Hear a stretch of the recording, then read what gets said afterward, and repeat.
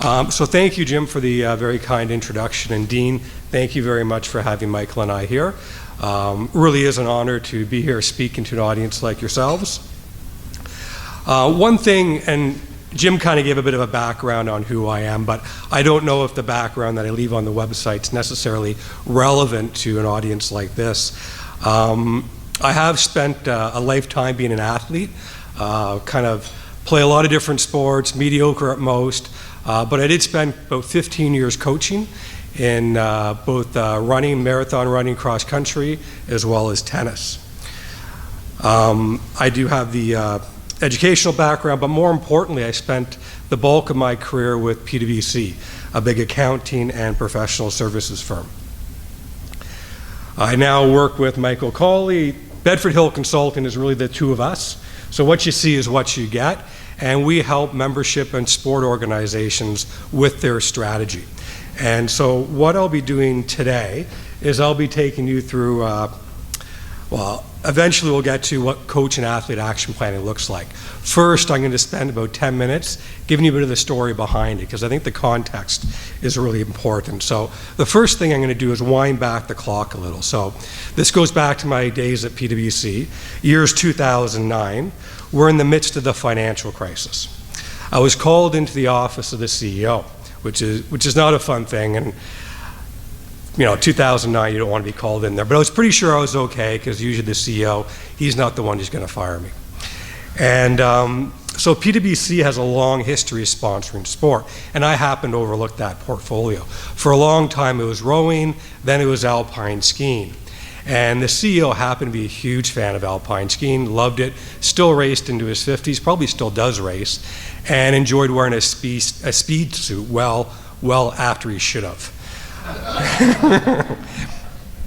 Anyway, he loves skiing, he loves sponsoring it, but he realized that it could be perceived as a bit of a CEO indulgence, and it probably wouldn't weather the storm of financial or fiscal scrutiny. So he called me in the office, said, "Steve, I want you to find something different and better. I still want sport, but we got to find something better."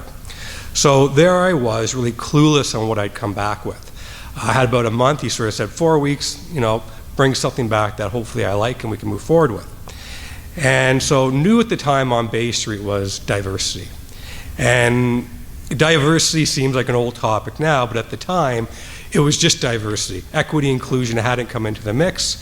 And realistically, nobody really understood what diversity was all about. They really saw it as, you know, trying to have more of a cultural mix within your hiring policies. That was pretty much the extent of it. That was the reflex. The reality, and I think generally speaking, we're better at this now. I'm going to. Find the slider, see on the side. And then push down on the button, you should see green. I see. Oh. Oh, there we go. It was turned off.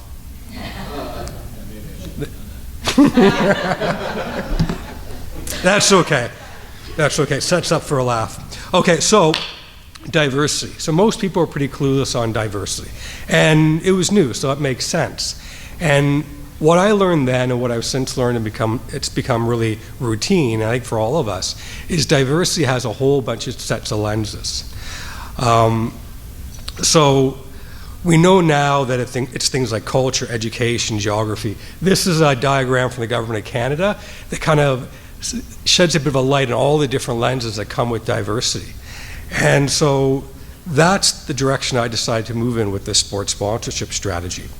How could we help a firm priority around diversity and use the sports sponsor strategy to help with that? So what I did is I framed out a plan to get a network or a team of sponsored athletes at the Olympic level. Different sports, different parts of Canada, different seasons, different cultures, different skills. And the team would exemplify success, but more importantly, it would role model the importance of diversity. So 9 athletes later, countless delays, contracts, lawyers, lots of delays because it's a big company, just things take too long. We had Team PwC. And so all this is going somewhere, so bear with me here. We worked with these athletes to inspire our staff, clients. We'd often do panels, we'd do fireside chats, VIP dinners. When we could, we'd do something experiential. Bike rides are really popular. I tried to pull off a wrestling event. I could never make that happen.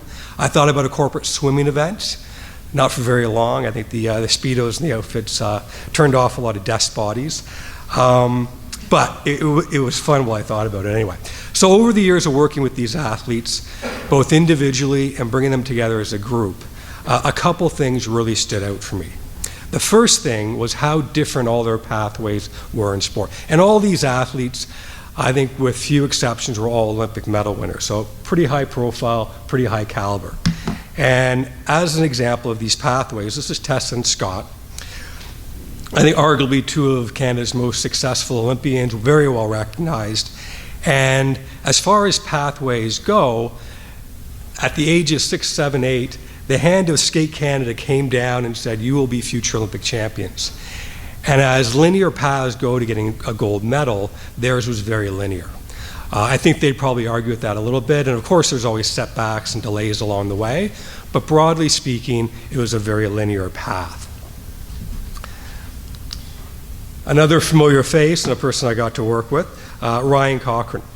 And Ryan, I asked Ryan one time, I said, well, how did you get your start in swimming? He said, well, funny story, I was a heavy kid, and my parents wanted me to lose weight, which is hard to believe if you know, Ryan's a pretty skinny guy now, but his parents wanted him to lose weight. So the theory was put him in competitive swimming.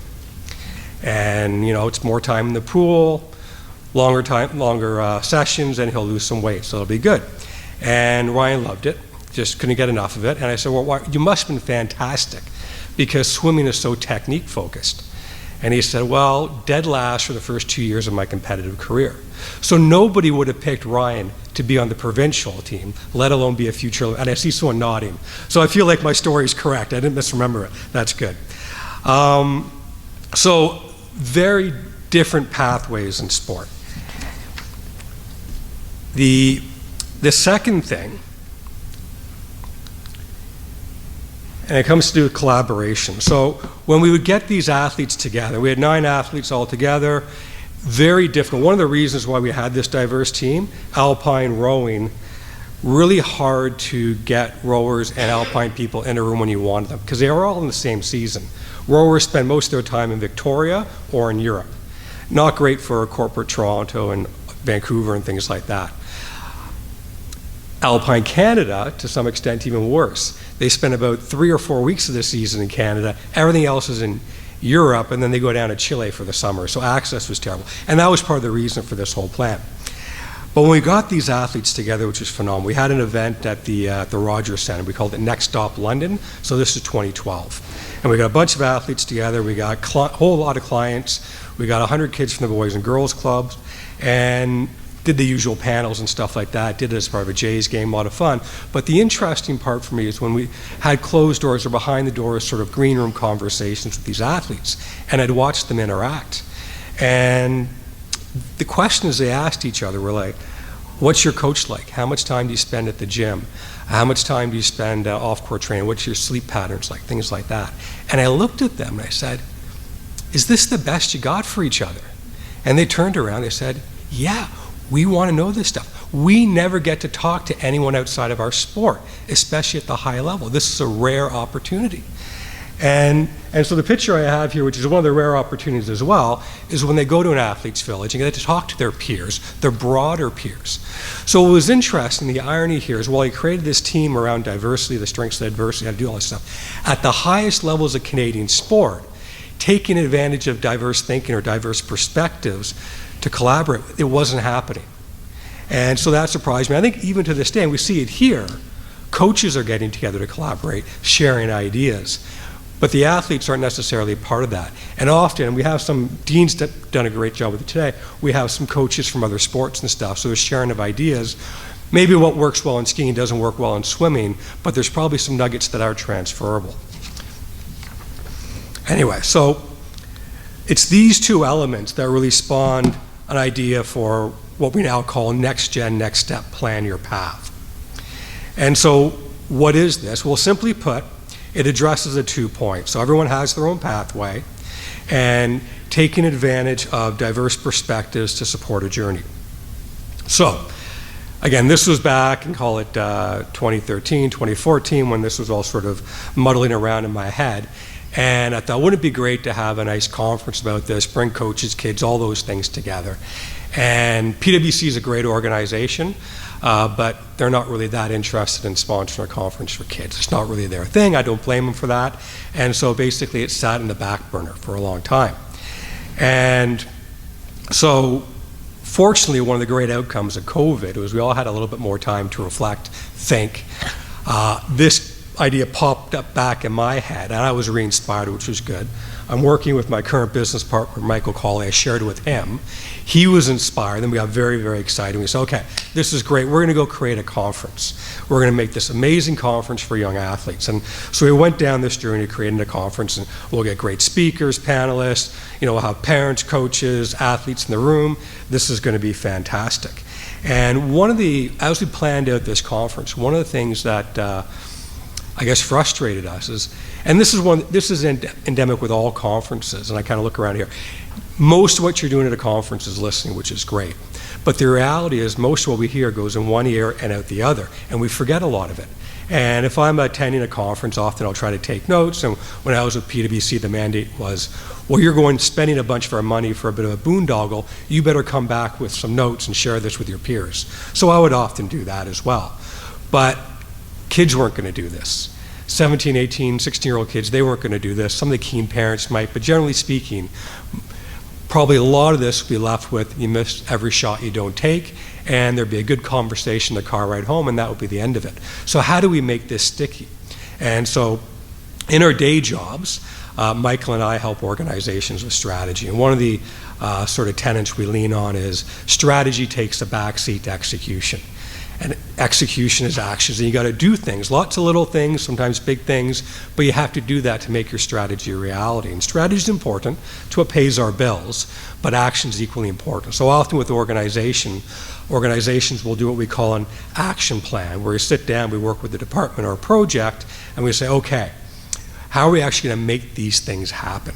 And so we thought, wouldn't it be good if we applied this to the athletes in the room? So the idea was we'd have the conference. The end of each day, we would facilitate in a group, creating a personal action plan. So these kids would leave with their parents or coach, all the good nuggets they've heard, and walk away with here's 12 months of how I'm going to reach my goal, something concrete on paper that they could follow, and it wouldn't disappear. And it wouldn't work for everyone, but it would be stickier than not having it. That was certainly true.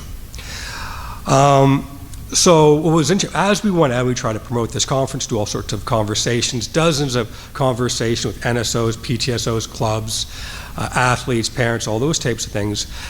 Good interest in the conference. This is a nice idea, we like it, but tell us more about this athlete action plan. This is really interesting.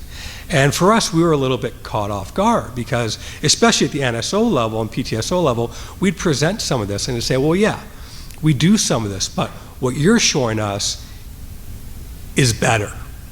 And we want to know more about that. And also, the conference that's happening on this day, we can't necessarily get there. We got conflicts, and I think one of the dates we were thinking about turned out to be the national championships down at the Pan Am Center. But anyway, it never quite worked, and we thought, you know what, let's focus on this athlete action planning stuff. And Dean very thoughtfully said, hey, this is really good. I want you to share it at our conference. So that's really what we're here to do. And so I'm going to go through my notes here, anything I missed. Yeah, so accessible, simple, practical. When we go through this, and I'll show it to you, how am I doing for time? Not too bad. The process is the most important part. Getting those right opinions together. So we do this in an individual sense, but we also do it in group senses with 30, 40 people in a room to work through them as a group, which can be very powerful. And so yeah, I'm gonna share it with you now, and I'm gonna take you through it, and I'm gonna use the laser pointer here. Let's see if this works. There's the green dot there. Okay, so when we work with these kids, and one of the goals here is to try to keep this as simple as possible. And it's interesting because we did this plan. It was a room of mixed sport kids. And one of the coaches sat down, was doing this, and then opened up the Tennis Canada IAPP.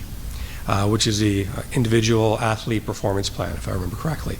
And this is a spreadsheet that's about, 200 lines long. They're scrolling up and down. There's all these different things to do. And then she's balancing with this. And the nice part is they kind of dovetail together. None of this is technical, and it tends to be very holistic. And so what we're looking at is, the athlete, but also the person, the academic side, the external interest. How do these things come together? What is their pathway in sport? Is it the podium? Is it the NCAA scholarship? Is it, I want to compete through high school and then maybe a little bit of university, but realistically I want to go in the family business and become an engineer or whatever it is. So their pathways are unique, and it might be a pathway to being a coach as well. Also worth noting, this is designed first with an athlete in mind, but it's universal. So it's equally a coach action plan if you want to do it with your coaches. And it's universal enough where if it's somebody going off to their first year of university, it could be an academic action plan. It really is a bit of a blank slate.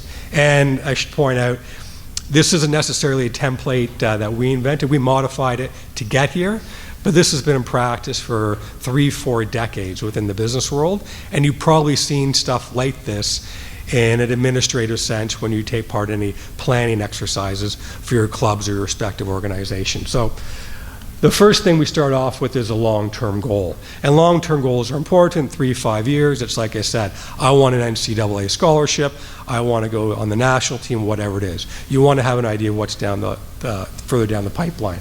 This is all 12 months. It can maybe be stretched to 18 or just be like 3 months or something like that. But most people tend to look at 12 months because it's a nice, easy calendar year. We then take it down to 1-year goals. So what we'll tell them is 1, 2, or 3 goals for the year, no more. Anything more gets complicated. Most people, we work with a lot of teens, it's academic and sport, that's it. There's a third one there for the keen ones who are trying to create a social media career, or they have some other interests that they want to pursue. But generally speaking, most have 2, but more than 3 is too complex. We go through a SWOT analysis. So you may be familiar with these, you may not be. Strengths, weaknesses, opportunities, and threats. We look at this from an internal and external perspective. So what are the strengths of an athlete? Natural talent, they live above a pool or something like that. The external one is they live by the pool, the internal one is they're just darn talented. So what are all those things? For Ryan, it was he could swim all day and he could just keep going, he never got bored. It was fun. And so those are things that exist in the present. Limitations. Maybe you live in a really rural area and the best pool you have nearby you is 15 meters. So it's hard to train in a 15-meter pool. So it's a problem. And these are obstacles as well. We put in some other language just to barriers and obstacles. What gets in the way of you realizing those goals we mapped out? Then we look in the future. What are opportunities you can take advantage of? What training camps? You don't have to do these things, but what opportunities are there out there that you can take advantage of? And then threats. What can get in the way? And these tend to be universal for a lot of people, but injury, overtraining, safe sport, various things around that, things that can get in the way. We then take it to measurable accomplishments. And these are things, milestones along the way. And where we can, we want a metric. We want to know how much you're going to do and when it's going to happen. Okay? And then so we do a long list of these things to let you know, hey, are we on the right pathway when you look at this in 3-4 months? And then we try to boil that down a little bit. So what are those key KPIs that are really important? And what it winds up looking like, and this is a sanitized version of one we did a week or so ago. And an important aspect here, when we sit down, we did this in an individual room, we did it with the parents and the athlete. The athlete does all the writing. They need to own it. It needs to be their language. If Michael and I interpret something that should be answered like this, but they want to interpret it a little bit differently, but it works for them, it works for them. This is their plan. They're the ones who are going to walk away with it. The next page, and this is 3 pages altogether, and then we have a 4th page, which is a little bit of just a notes page, but things migrate over here. So your goals come over here, and then your measurable accomplishments, those KPIs.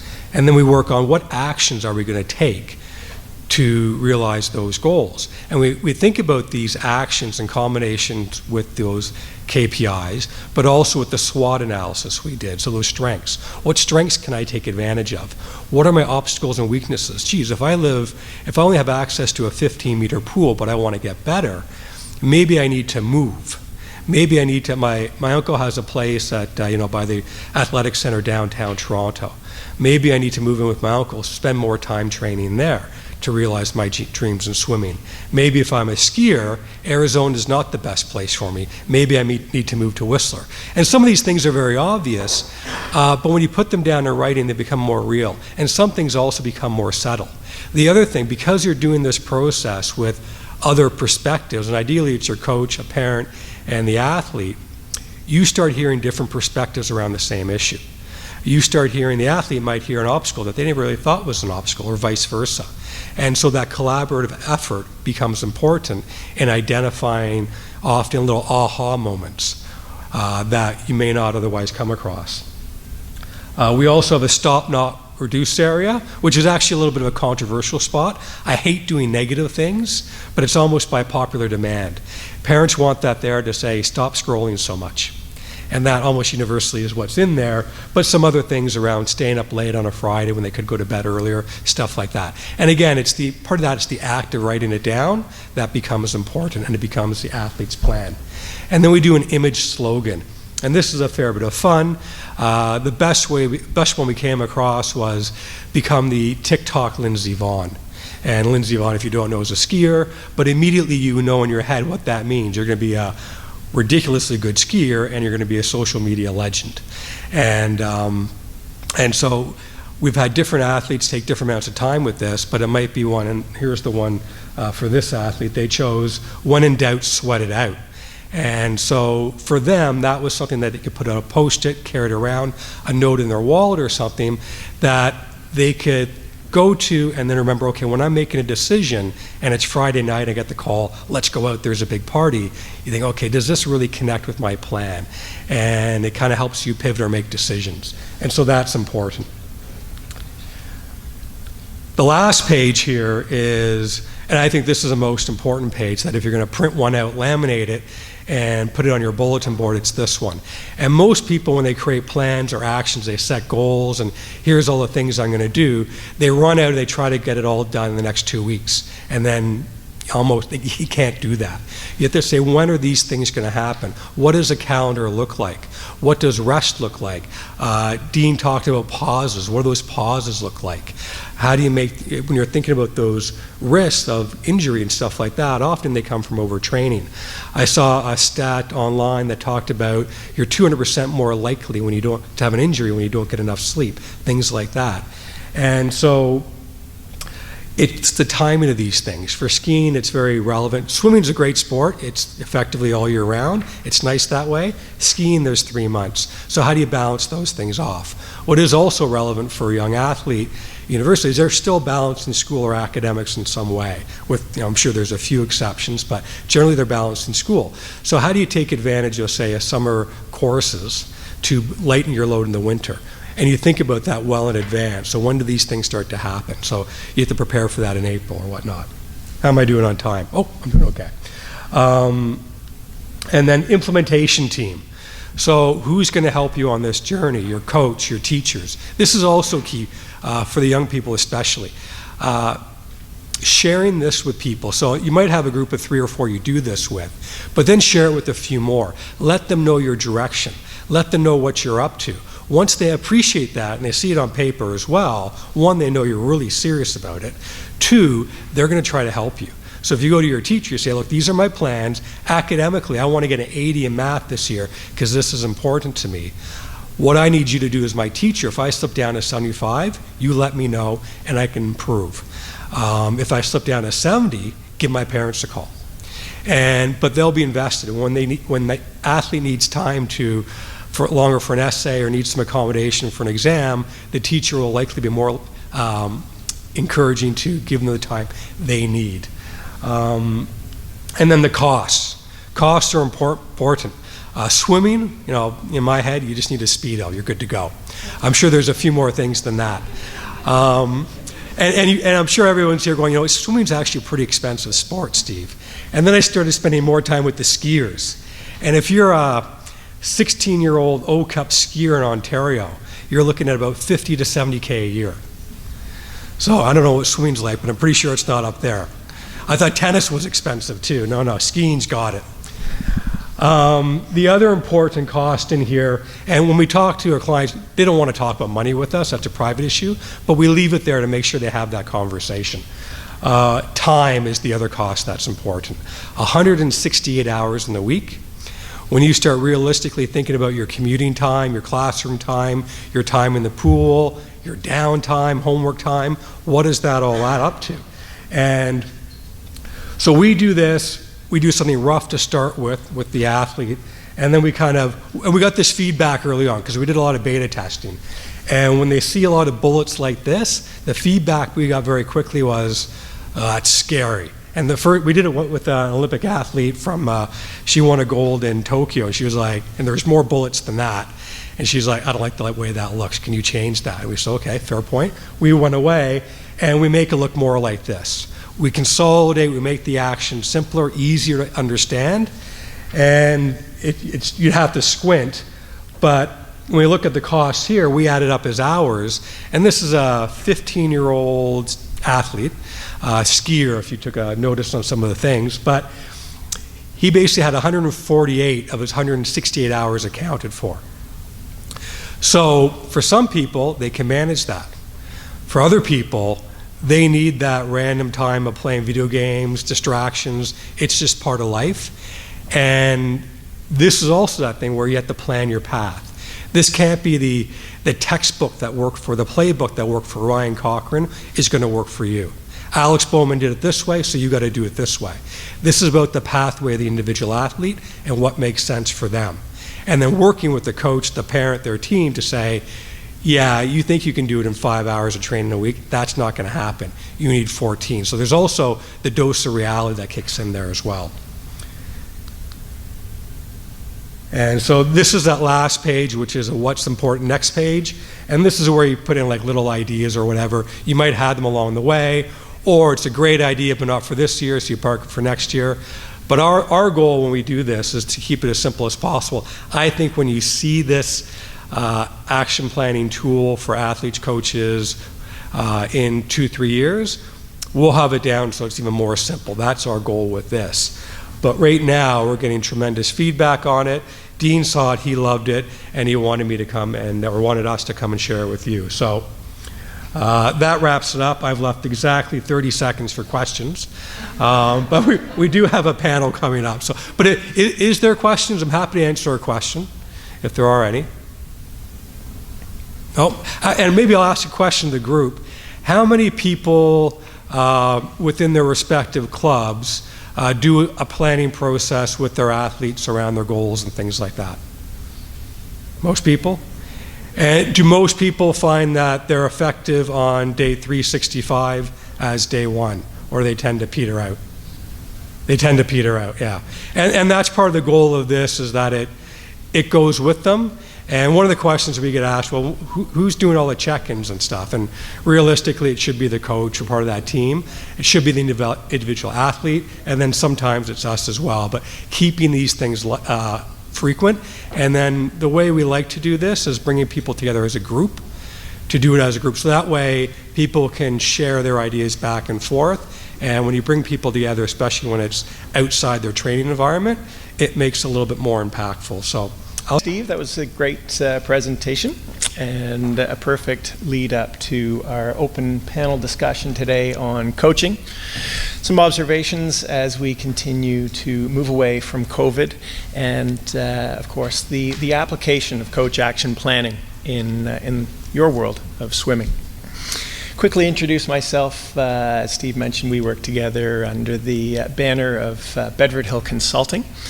I've done a fair amount of sport to no personal acclaim. More so, I've done a lot of coaching in the world of skiing and ski racing alongside people like Jacques.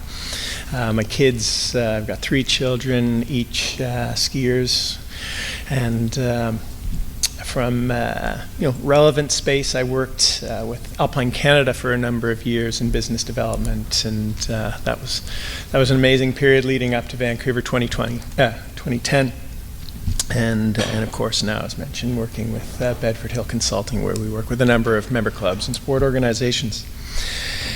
First off, thank you. As Steve mentioned, it's great to be here.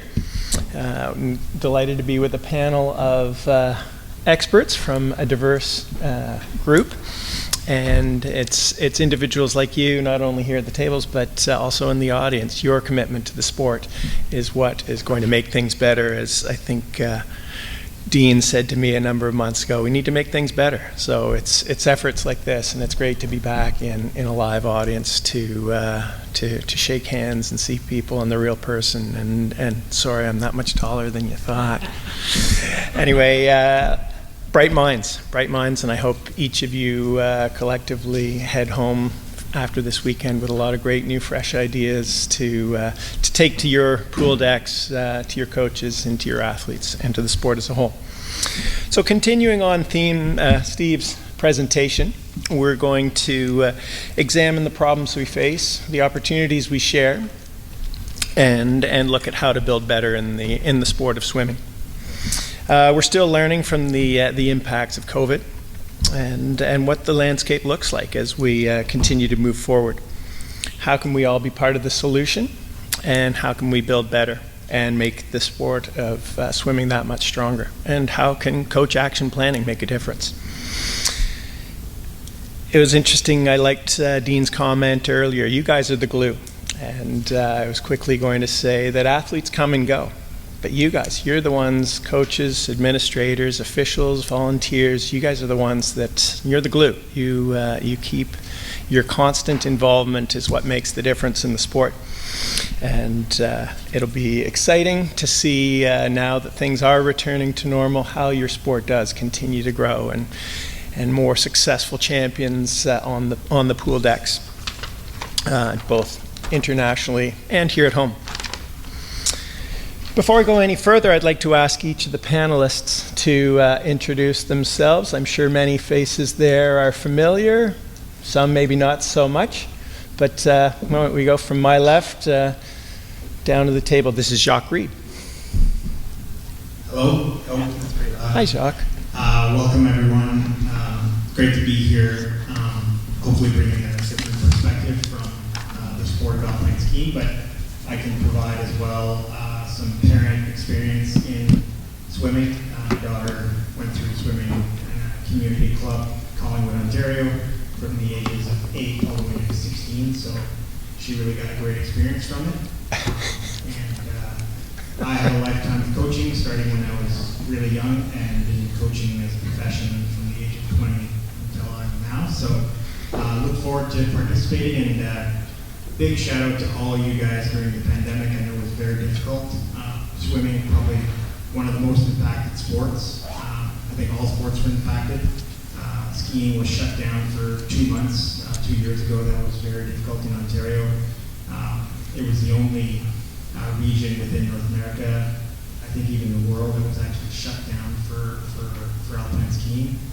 So I appreciate what you went through as coaches, and I know it's been very difficult on coach health, having been there myself. But kudos for you guys and gals for being here. And let's, as Dean said, let's make it better. So happy to be part of it. Heather Bruce. Hi, my name is Heather Bruce, and I'm with the North York Aquatic Club. This is my 11th year with the club. We currently have about 44 coaches, and I am in charge of the coach development part of the club. So I look forward to giving a little bit of insight on how I do that, how I keep them well and motivated and skilled in their job. Hi, I'm Vicki. I've been coaching, I need to say this, I've been actually coaching parent and mainstream athletes for over 45 years now. I started when I was 3.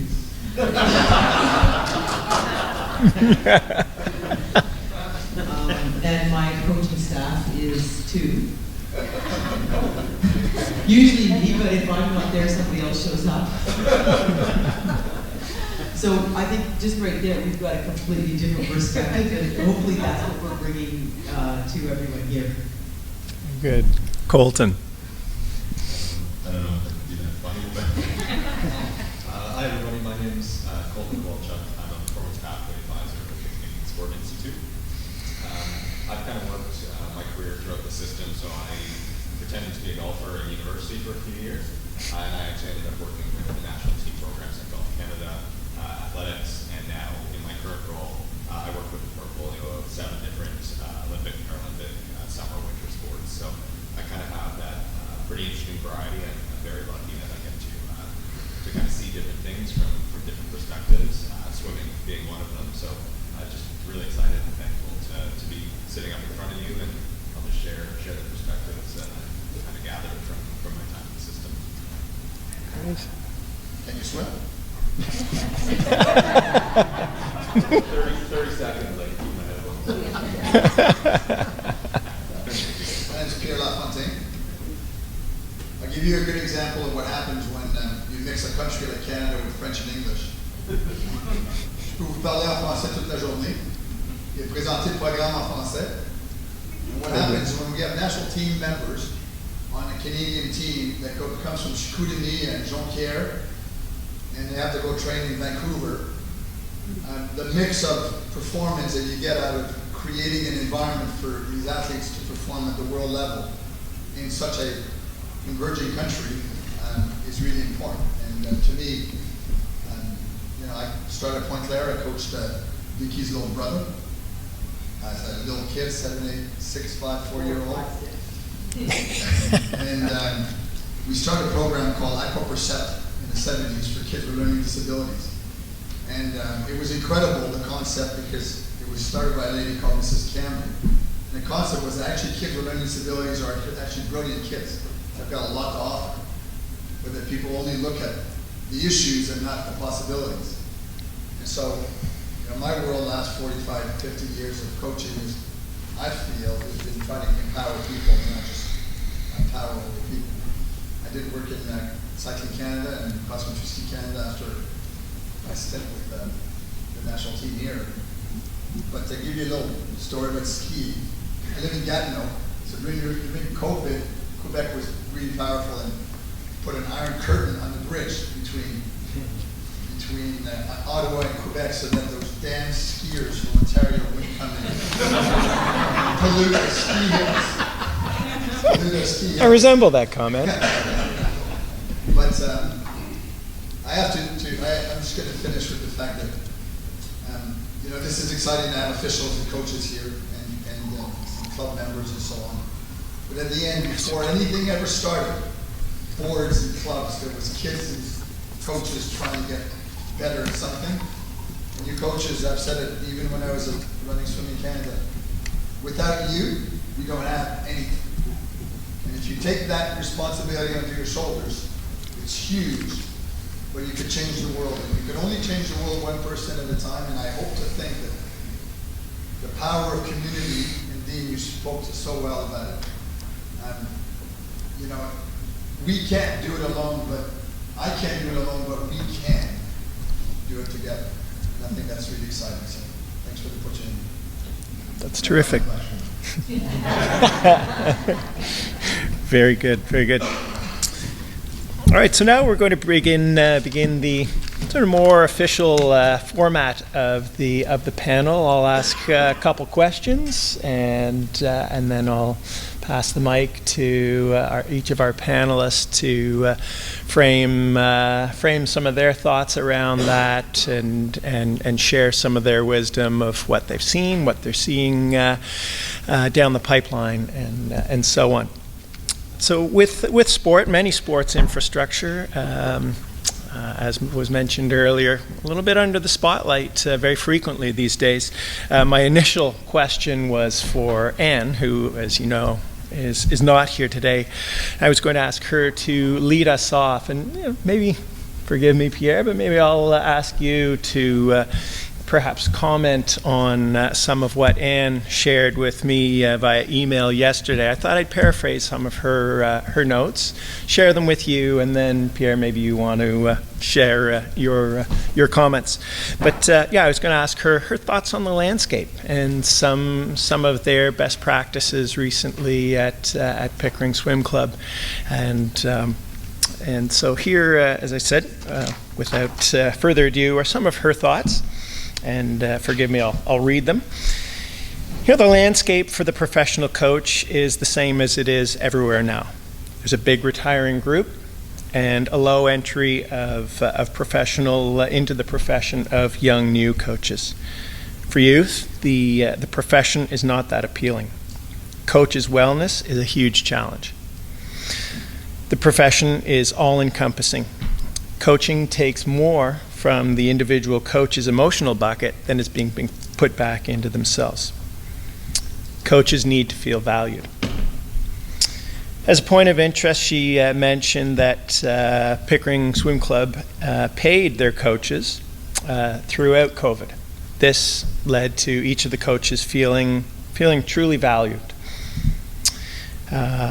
One of their more recent efforts is that they have made a mandate that there will be no calling, no texting, no emailing after 8 o'clock at night, because, as she said, I guess you guys are up pretty darn early in the morning to be on the deck, and you need your rest.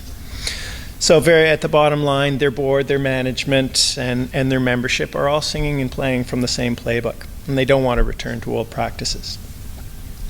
For the Pickering Swim Club, she was saying that they're significantly encouraging youth into the profession.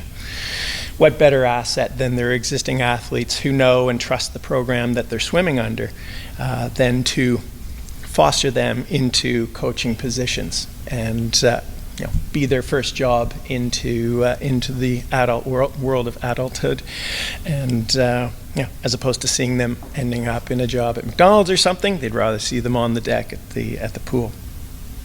And in closing, she said, we need a support system that is social in nature. Feeling heard is crucial. Feeling valued just as much. Coaches are social animals, and they need environments like this, where there are hot stove lounges, brainstorming sessions, conferences, things like this, where they're getting together, voices and ideas are shared, and so on. So with all that, Pierre, do you have any thoughts that you might throw into the mix? Just a couple minutes. Yes to all of this. But I think in a lot of other world, I'm not sure, I'm not an engineer, but if I'm in an engineering firm and somebody's wife or partner is sick, you might go to the next booth over and say, hey, listen, how's she doing this weekend? What can I do to help you at your work? I'm not sure we're really good at this. And again, Dee, you brought it up earlier. I think the key in building a coaching community as we're retiring is not to let go of the knowledge, but to bring mentorship back. I have to tell you, one of my mentors, Derek Stelling, passed away last year alone. He was one of the greatest coaches we've ever had. Don Talbot passed away alone. And these are people that put incredible amount of soul and passion to the sport. And so I think part of the retirement and part of the importance of being there for each other, it's got to be way bigger than I'm going to beat the hell out of your team next door. But what else can I do to help you? And I'm in the, is that East region? Yeah. East region. And trying to get the community in the Ottawa area to work together is certainly one of the things that I know there's a few of us are really trying to do that. But I think we have older coaches that we need to invest in. I think it's so good that Swim Ontario is looking at getting Tom to come back and help us. I think the wellness of coaches in terms of health, in terms of staying active, in terms of being ready to go for 5 days on the pool deck, our athletes deserve a coach that's completely engaged when they're engaged, because we never know the day that we could inspire that kid, that one day. You know, that he's on the side of the pool and his lips are blue, he goes, I want to be good. And you just had a fight at home and you're just not engaged and you're missing the opportunity. So there's so much on one side, but the other side, I think, the clubs need to be a great partner with the coach.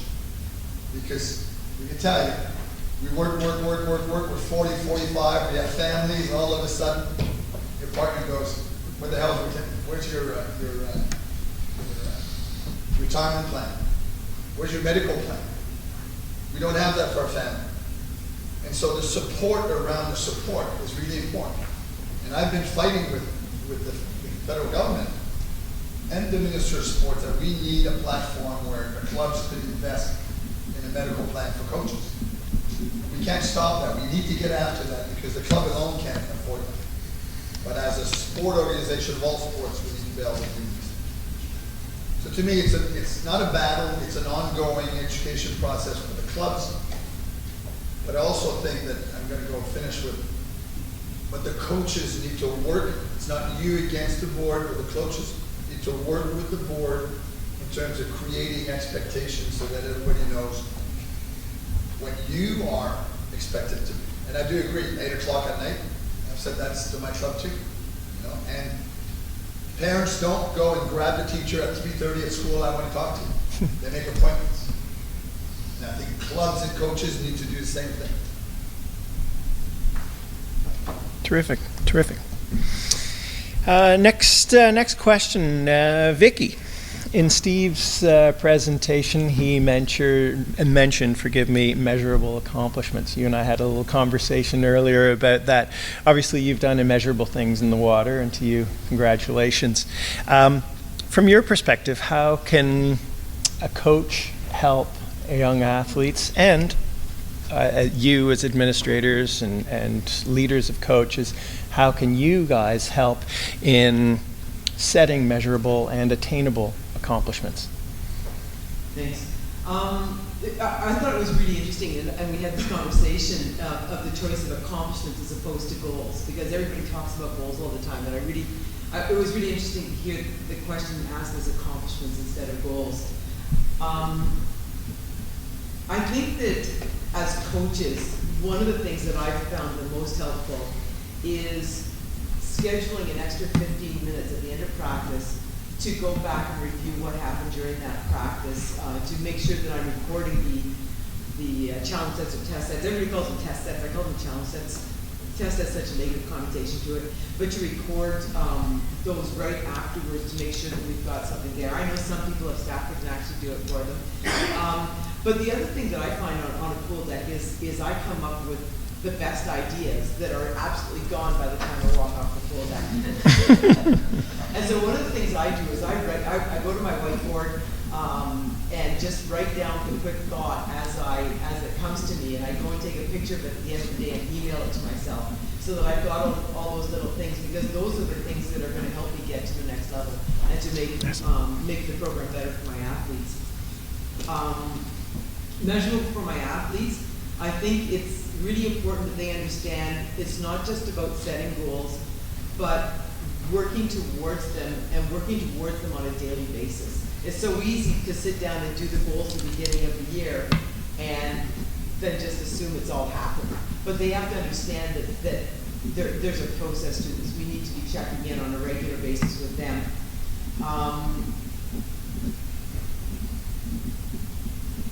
They need to see how it's impacting them on a daily basis and that they can do something every day. So every day I provide a minimum of one set where they can take some ownership. And I think it's really important that they can, it might be a specific technique they're working on, it might be a time that they're focusing on, but I want to give them a set every single day. And if they're younger athletes, I help them choose what that goal might be, but I want them to say, no, I really want to work on this. You said this to me the other day. And it's actually become a part of our culture where the senior swimmers are doing that, the junior swimmers start thinking about things themselves and what they want. And so they're taking ownership. I think that's really important. The other thing that I think we need to do is have those attainable goals and accomplishments. They have to start somewhere. So we have these ginormous, terrifying goals that everybody thinks about, but nobody's willing to even think about. They've got them there, but it's just too far away. And what I'm trying to do is give my athletes an opportunity to actually work towards a ridiculously impossible goal. We do the 24-hour relay, and so we work towards a goal. Each of them is taking their shift. If the junior swimmers can't take a shift, the senior swimmers step in and do an extra shift or something like that. I've had senior swimmers often do an hour instead of their 15-minute shift to be sure some of their other teammates get a chance to sleep. But we also did something called Why Not Try? And it was started because two of my athletes, an athlete who was able-bodied and a para-athlete, wanted to do something together. They were siblings. And so we did a triathlon. So I swam from Scarborough to Port Hope. Those two athletes hand cycled and cycled from Port Hope to Brockville. And then the rest of the team ran, walked, or wheeled from Brockville to Ottawa. And that's just a ridiculously crazy thing to even say to a parent. I don't want to take your kids with disabilities and put them on the road in the middle of the night. But we were able to put it all together. But what it helped the athletes was them to understand how they take a goal and they break it down into small enough steps that it's achievable, but they live it. And I think it's really important that we don't just teach it, but we live it so that they understand what is possible and how they can go about doing it.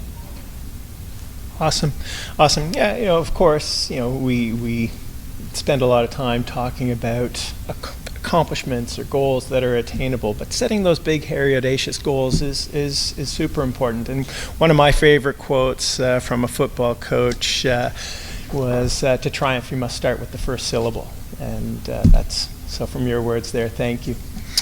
Kolton, I might just ask you from the perspective of the CSIO, what do you see as some of the successful practices being exercised at para-swimming?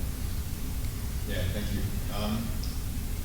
It's very interesting when we start talking about the airspace. I feel a little underqualified to answer this question, but when I look across the board, in the past it's always fallen under the too hard basket. I've got a million other things that I need to do here. But what we're starting to see, and things that really excite me, are the technical leadership in place. I walked in and the first thing I noticed were para-swimming vendors. 10, 15 years ago, that never would have existed. And so it's so exciting to see that shift and how deliberate it's been. We talked to Dean, and I work with Darda, I work with Christy. There's technical leadership in place who is there to make a difference. And so, when I see that and I see the actions of provincial bodies, I see the actions of clubs and coaches who are trying something new, they're getting out of their comfort zone, and they're actually realizing that it doesn't fall into the too hard basket. It's just they didn't see it as a priority. And so how do we make that a priority? It is really important. Another thing that I've learned, especially through my time with athletics and CSIO now, is actually that there's a lot we can learn from the parent space, and that's extremely exciting. You have a coach who has coached able-bodied athletes their entire career and conceptualized an energy system or a technical tactile movement one way because they've always had the same athletes doing the same thing. And then all of a sudden you've got an athlete who may not have a leg, but they still have to do the same thing. They still need to get from one end of the pool to the other as quickly as they can. So what are we actually learning from that and applying it into able-bodied mechanics? And so those are the exciting things that I'm seeing. It's that it's actually changing people's perception and their conceptualization of the very fundamental movements in their sport, and they're changing how they're applying that within their coaching of both able-bodied and their athletes. And so I start to see those little pieces are starting to fall into place, and that's exciting. It's that momentum that's pushing things forward. It's the banners on the wall. It's the medals that are coming in, and all of a sudden, once that snowball gets going, I'm excited in 5, 10, 15 years to see how quickly we'll keep moving forwards. And if we look at the data, actually our Paralympic performance has kind of gone like this over the past few years. Not because we're doing worse necessarily, but all these other countries are starting to invest time and energy into Paralympic performance. So now that I'm seeing these things, I'm just so excited to see where we'll start blowing them out of the water because we're deliberate in what we do and how we do it. Terrific, thank you. Jacques, you're next. Steve spoke earlier about that SWOT analysis, strengths, weaknesses, opportunities, and threats. From your lens, obviously deep in skiing, but you've got a variety of lenses, as mentioned earlier. What do you see happening as opportunities, strengths, weaknesses, opportunities, and threats? Where does that fit in the coach's landscape for swimming? Well, it's an important thing to constantly be doing. I think, if anything, during COVID, it gave us all time to reflect a little bit more on how we can impact performance. And one of the things that we came up with Alpine Ontario, with our teams, our high performance teams, was to go through the process of developing an individual plan for each athlete. That would constantly be reviewed and revised, but mostly created by the athlete, so that when you were working on the hill with the athlete, what you were working on was they were part of that process. It wasn't just the coaches that were deciding what needed to be done. It was the athlete that came up with the plan, different facets of the plan, but like Vicki talked about, the long-term goal is there, but the steps needed to accomplish the goals that they're after was broken down. So that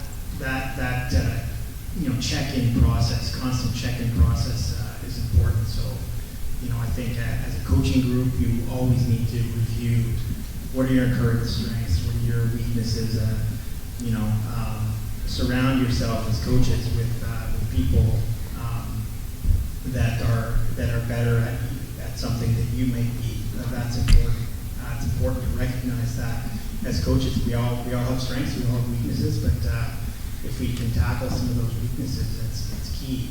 Let your ego aside, put your ego aside, and figure out what those threats are, what the weaknesses are. That's key. Find out what you're good at. That's important for your mental health, and that's another key aspect of all this is, and I think Pierre, you touched on it. It's a thankless job. We put a lot into it. One thing I read this week, celebrating Canadian Week in Coaches, is that an athlete over their career will severely impact 350 individuals, and that's making a significant impact. So, the work that we do is very important, but we got to look after ourselves in order to be in the right frame of mind to have that right kind of impact that we want to have on these young impressionable athletes, whether they're entering into the sport, midway through, or even in their late teens, looking to make it to the next level. Awesome. You mentioned, and so did Vicki, that frequent check-in. Obviously, it's very important, and Steve and I, in our practice, we make sure, as Steve indicated, that the athlete is building, or the coach is building this action plan because it's theirs. And we encourage them to check in, and we check in with them as part of the whole action planning process. But Vicki, any other thoughts on that check-in and the effectiveness of that? I think that, I come back to my athletes after some training and make sure that they are online and that their goal hasn't changed, because I think that's one of the things we have to be aware of also, is goals change, especially for our young athletes. And we don't want to continue to work towards a goal that's no longer theirs. And so I think that checking in, being sure they're still on the same path, and understanding that it's okay to change goals, that that's part of the process. And so many times parents will say, well, they registered for this program, so they're taking it till the end of the year. And I understand that idea, but I think we've got to find some balance also and say, you know, this is a learning process for our young people. Let's let them readjust their goal, and maybe we can keep them in swimming by letting them do something else at the same time and then coming back. But checking in all the time, making sure that we're on the same path, and each time maybe taking it from a slightly different angle. So the first time might be the very, very goal-focused one. The next time it might be, you know, talking about values and how their values fit into the goals that they're working towards, and maybe fine-tune them a little bit. But just continue to grow the goal as well, so that it becomes important for different reasons. Yeah, that's great. You know, you mentioned the values and growing the goals. It's you know, there's so many different factors going on in the life of a coach or an athlete, and making sure that the holistic picture is met. And somebody said to Steve and I the other day that what we're doing is nice in its simplicity because it's helping develop the whole person as opposed to just the athlete within. And that kind of struck a chord, because we are at the end of the day developing people and setting them up for success in their lives, whether it's continuing in sport or off to university or ending sport and transitioning from that of an elite athlete, no matter what their classification of elite may be or otherwise. Heather, Steve earlier mentioned that strategy takes a backseat to execution. And in our world, we talk about execution really as those actionable elements that we're encouraging athletes and coaches to be aware of. And so you, of course, have a massive role in the recruitment and development of coaches at NIAC. And how do you see a coach's action plan working in your space? Thank you. I have a lot of notes, so bear with me. I'd like to start by saying that when I recruit, train, and mentor and supervise coaches, no matter what level they go at, grassroots or high performance, I want to instill a feeling of purpose, belonging, and value at NIAC. And I could do a whole other talk on that one, so I'll leave it at that. Early on in my career, I was introduced to something called the skill-will matrix. For those of you who don't know that, I look at the skills or the competencies of the coaches and the wills of the coaches, otherwise known as the motivation. So for A-level coaches, they are our career coaches, full-time, all in. They're highly skilled and highly motivated coaches. The coach athlete plan would be a coach action plan would be a great tool. I've done things like SMART goals with them, and this is something I would use to go in depth in a long-term plan for them. But I also have studied leadership trends. I love studying leadership trends. Anyone who knows me knows that, and I think it's really important as leaders to know what the trends are. And back in the last shutdown, I think it was mid-January to mid-February or so, we started hearing about the Great Resignation.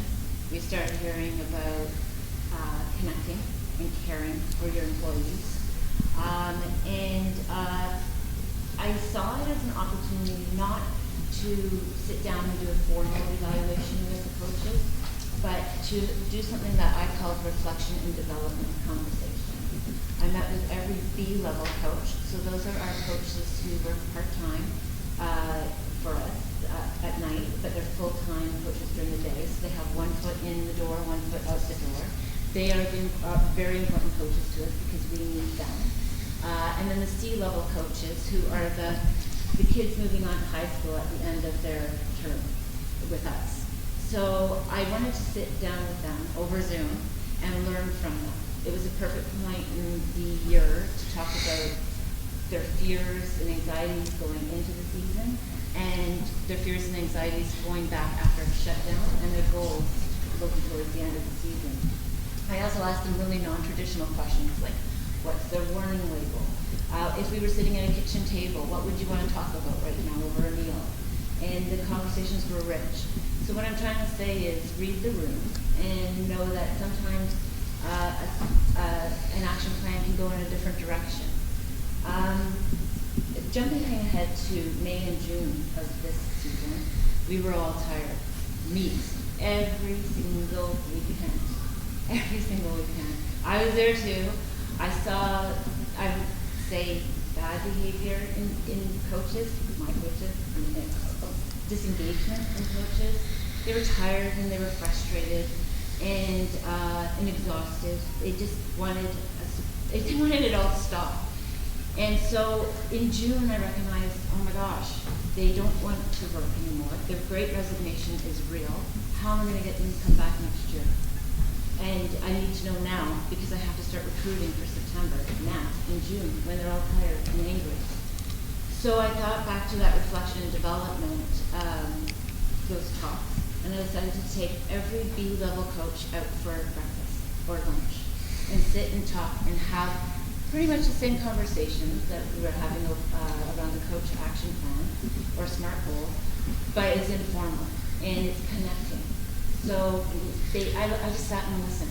They were frustrated and angry and they ranted and talked about the parents, the swimmers, anything, and then it turned around, it circled around. Once they were assured that we would have a meet schedule in September that we would stick to, Central Seas wouldn't be thrown at us at a weird time.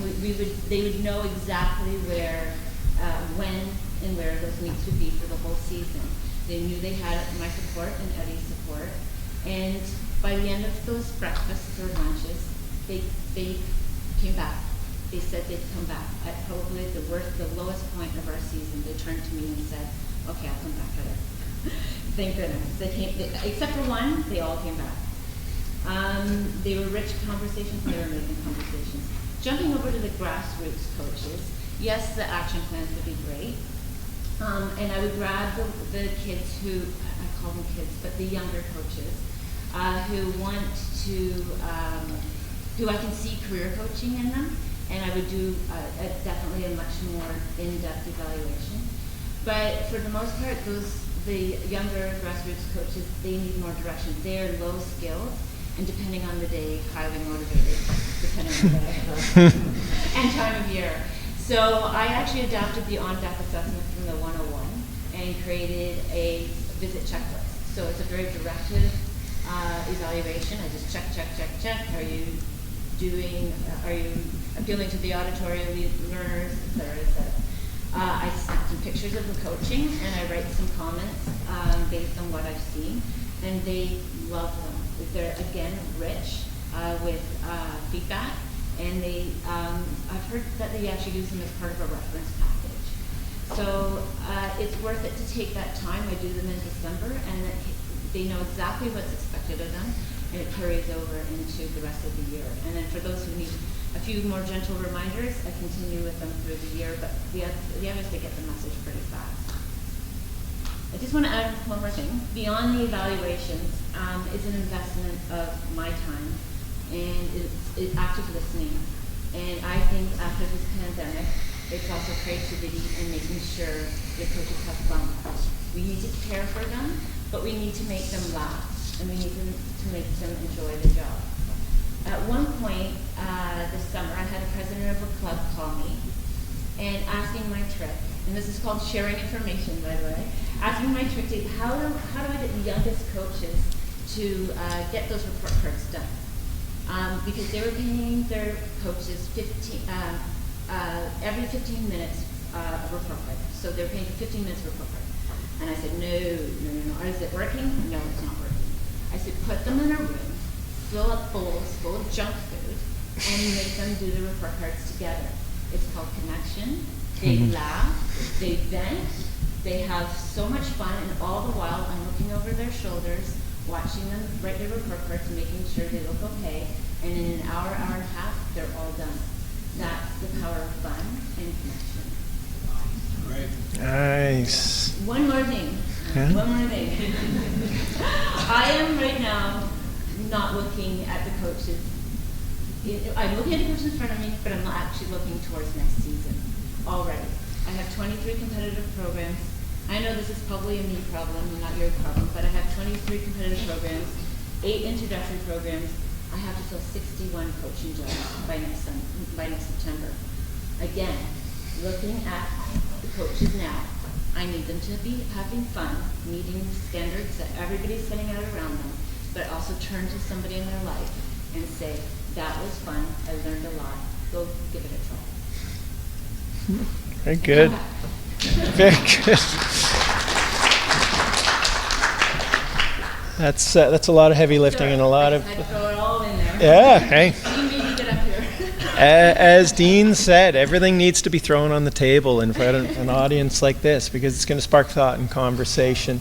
And your comments took me back to what Anne had said about feeling valued and feeling heard. I think obviously, well, first of all, that connection over candy sure got me, but your purpose, belonging, and value was a pretty important message. So kudos to you and best of success. Pierre, do you have anything you'd follow up on that? I still go back to the point where we're on the pool deck 2, 3, 1 hour. We got to be totally engaged when we're on the pool deck. Like these kids are dreaming big, and we're the pathway to dream. And so, the expression "fake it till you make it." There's nothing more important than that if you're coaching my kid, because you're coaching somebody's kid, and you don't know the life that you can change. What's the expression? When you say one life, because when I was at Swimming Canada, I was working really hard at getting the partnership with the swimming lesson program across the country, all the way into the Olympic program. And that's why we should get every kid in the country to learn to swim before the age of 8. But when you say one life, you save a world. When you inspire one life, you never know where it's going to go. And I can't remember who said, when they brought their program, the high school kids into learn to compete or learn to coach program. We always get to this world where I used to get pissed off when people would think of things ahead of me. And I'm going, especially when I was working with Derek, and I'm going, man, I can't believe he outthought me again. I'd be the first one in the pool before him. Anyway, the rugby coach of my kids took the 12-year-old, put them into official coaching clinics so they could officiate 8 years old rugby league. And the 14-year-old, all the kids in the whole league, the 14-year-old need to take the level 1 coaching course. And I remember going, man, can't believe that I didn't think of that before. But that's what we could do to build our coaching program, or getting them to do national lifeguards as a part of your program so that they get the summer jobs. Anyway, thanks. Very good. It's not uncommon to hear that fake it till you make it. But you probably know a lot more as coaches. You probably know a heck of a lot more than that young athlete and his or her parents that don't know what they're talking about, and they're there to learn, they're there to develop and become the best they possibly can be in that sport, and you're making a difference. Each life that you touch is a significant one, and you're making a difference in the life of a child, no matter how young or old that child may be. Next question. I'll ask Kolton and Jacques to collaborate, perhaps, and you guys can determine whether you want to pass the mic back and forth or just talk really loud. But obviously, each of you share a lens on a variety of different sports. Kolton, in particular, you witness a lot of sports, able and para, and otherwise. What positive developments are you seeing? As Steve said, we want to keep it positive. There's often going to be negative observations, and this is going wrong, and that's going wrong. But what are some of the positives you see in other sports that may be transferable to this world of swimming? Go ahead, Kolton, and then Jacques, you can rebut. So, I'm going to continue down this path that we've kind of started on. it really is this concept that coaches are coaching for performance as well. What you do is performance focused. I've been sitting here listening, and who here drives? It's a bit of a silly question, but who here drives, right? Yeah, a lot of people. It becomes pretty trivial. Has anyone ever gotten to their destination and you kind of look back and you go, I have no idea how I you're pretty tired, or you're doing this, or you're doing that. Super trivial. Everyone drives every day. So if we can't drive tired, if that's considered, being impaired, that's impaired driving, why can we show up and be responsible for 20 athletes and be responsible for their performance in the future if we can't even drive our car all the time? And that's the way I look at it. And it sounds silly, and it's certainly different in a lot of aspects, but that's how I conceptualize it, is if you're tired showing up to practice every day, then you're not going to be at the peak of your performance. And so when we talk about, coach athlete plans, the thing I really love is coach is on there. We talk about coach action plans. How are we actually sitting down and being deliberate in what we're doing as a coach to make sure we are showing up to the pool and focused on performance? And all of us are there. All of your beings there on that pool deck every day. I'll go one more second. Sorry. Yeah. No worries. Dean said something at the outset today, and I've chatted with him before, and it was really around the pandemic and what it's forced us to do. It's forced us to adapt and think differently. And so, you said it, Dean. We've had a lot of downtime over the past couple of years, and we look at performances, and actually performances are still there. There's a lot of athletes performing really well. And all of a sudden, you start to think, well, maybe it's not going to every single weekend. Maybe it's actually looking at that down weekend as being just as important as showing up to that meet. And I don't think it's something we do enough of. And I think all sports are starting to challenge that norm of we have to be there every single weekend, or the kid has to be on, or our kids have to be on every single day. Because maybe that's not what's actually going to extract the best performances out of them. And it's not what's going to extract that lifelong love of sport. We go down this path, we go up this pathway, and you get to performance-focused program, and that's what you do. You just focus on performance, you keep going, and when you drop off, that's it, you're done. But how can we actually create a lifelong love of swimming, right? How can we get kids to their 30s, 40s, 50s, 60s, and they still go to the pool on a regular basis because they just love swimming? They go out into the lake and they go for a swim. And I think we lose that sometimes when we're so performance focused, that we're not actually considering what the longevity of the sport does. And then we look at coach retention and doing all these, trying to keep people in the sport. And so I think all of that being said, when we talk about wellness, it's actually a huge positive. That's a massive shift that I don't think we've done before. We're sitting here, and everyone has touched on how important it is for coaches to enjoy what they do and be ready for what they do when they show up to the pool every day. So that's huge for me, and I think we'll continue to go down that path and continue, hopefully, to focus on those really important pieces to keep everyone here coming back to this room every year. Sorry. That's good. I'll Like just, the conch shell.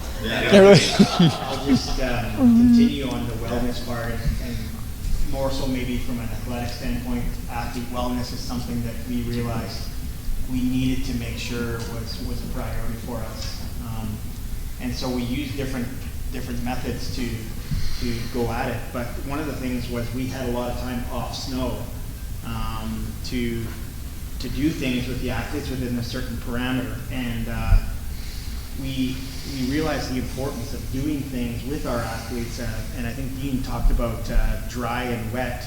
In skiing, we call it on snow or off snow, and we found ourselves doing a lot more off snow things that we realized were really great, because one was you got to see the athletes without all their ski gear on. That's important, not an issue with swimming. But the athletes could connect with each other a lot more, and that word connection is something you hear more in the coaching world nowadays, is connecting with the athletes, connecting with your coaches, making sure that they're, first of all, are they well? How are they doing? And then moving forward from there with the technical, tactical, whatever else needs to be done. So that's an important piece, the wellness piece. What are you doing away from the pool with your coaches? Are you bringing your coaches together? Are your coaches getting together? I know it's been hard during COVID, but I think now we can start doing things more in person, and that's key. The other one that I would say, things noticing, is embracing technology. That's another one, and I see here, I think it's, I saw the pamphlet here, and Jim, and that's Jim there. Using technology to have an impact with your athletes, in my mind, is incredibly important. We have young athletes nowadays that are incredibly versatile in the use of technology, mobile technology. And I think as coaches, we need to embrace the use of mobile technology to be able to give feedback right away to our athletes, where they may not want that, technical, verbal, oftentimes as coaches we can go on and on and on about something, and oftentimes, after 5 seconds we've lost interest of the athlete. So using images, videos, not being afraid to embrace that, I think is a key thing. And then, you can use that. One of the things we decided was we would shoot a lot of video, but we wouldn't spend a lot of time, giving too much feedback to the athletes. That we could use the video by sending videos to the athletes and then making comments afterwards. And that's something that we found worked really well, because it gave us more time to connect with the athletes on the hill, give us more time to organize things, change things if we needed it to, and a little less time on just sort of direct contact or direct intervention with the athletes, and give them a little more time to work things through. So, Nice, yeah. nice. That's great. There's no denying that the technical, tactical elements of the sport, you enter the name of the sport, obviously swimming is paramount in this room, but they're super important. But there's a pretty continuous theme here, that lifelong love of swimming, those points of connection off snow, so that relationships are built. And that is what's going to create lifelong lovers of the sport. And it's super important, those wholesome elements of the whole person being developed in association with the technical elements of the right stroke and the right cadence and the right kick and the right push off the wall in the pool. With that, really that is the end of the formal portion of the panel. I want to once again thank each of you in the room for being a part of this today. I hope the balance of the weekend is an amazing one for each of you. As Dean said earlier, you are the glue that are going to keep this province stepping on the top podium at the Canada Games and future championship events. So to each of you, I wish you the best of success. Thank you for hearing Steve and myself and each of the panelists discuss coach action planning and how it may work in your space. If anyone would like to continue the conversation, we're going to be sticking around through the middle part of the day. We'd love to speak with you at any point about coach action planning or athlete action planning and how it may fold into your swim clubs and otherwise. So thank you. Thank each of you. And we look forward to being part of the day.